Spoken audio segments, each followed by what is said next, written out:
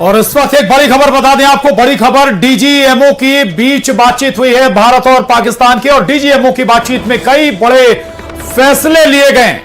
सीमा पर फायरिंग न करने पर सहमति बनी है, सीमा पर तैनाती घटाने पर भी बातचीत हुई है, एक दूसरे पर आक्रामक कार्रवाई न करने पर भी सहमति बनी है।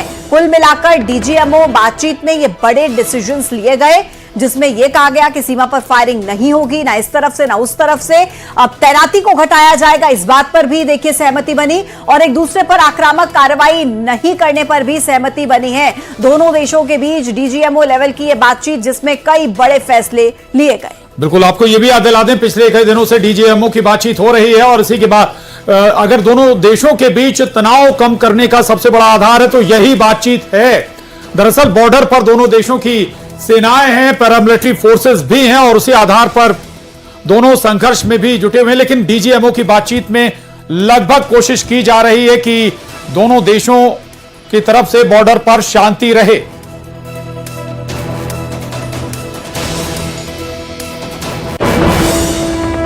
तो पाकिस्तान के खिलाफ भारत की जबरदस्त जवाबी हमले ने पाकिस्तान को घुटनों पर लाने के लिए मजबूर कर दिया, और पाकिस्तान की तरफ से आए हर ड्रोन और मिसाइल को भारत ने आसमान में मार गिराया। हमारा एयर डिफेंस सिस्टम अभेद्य है, और इस एयर डिफेंस सिस्टम में चाहे देशी सिस्टम हो या फिर S-400 सिस्टम, गजब काम किया।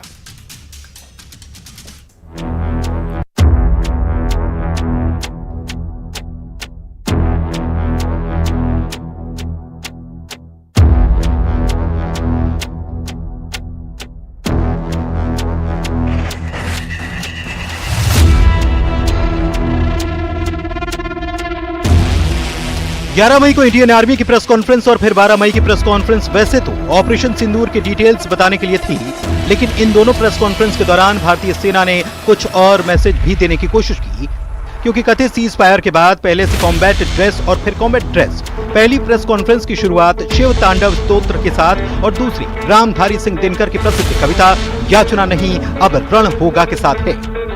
भारतीय सेना ने कल कहा कि ऑपरेशन सिंदूर ऑन होल्ड नहीं बल्कि ऑन है। आज कहा भारतीय सेना अगले मिशन के लिए तैयार है। अप्रैल में पहलगाम में मासूम पर्यटक इस खतरनाक ट्रेंड के विशेष उदाहरण हैं। पहलगाम तक पाप का यह घड़ा भर चुका था। इसके अलावा इंडियन आर्मी ने प्रेस कॉन्फ्रेंस को छिप छिप कर सुन रही मुनीर आर्मी और पाकिस्तानी सरकार को सबसे बड़ा मैसेज दिया। सेना ने कहा कि पहलगाम के हमले और नरसंहार के बाद आतंकवादियों के पापों का घड़ा भर चुका है।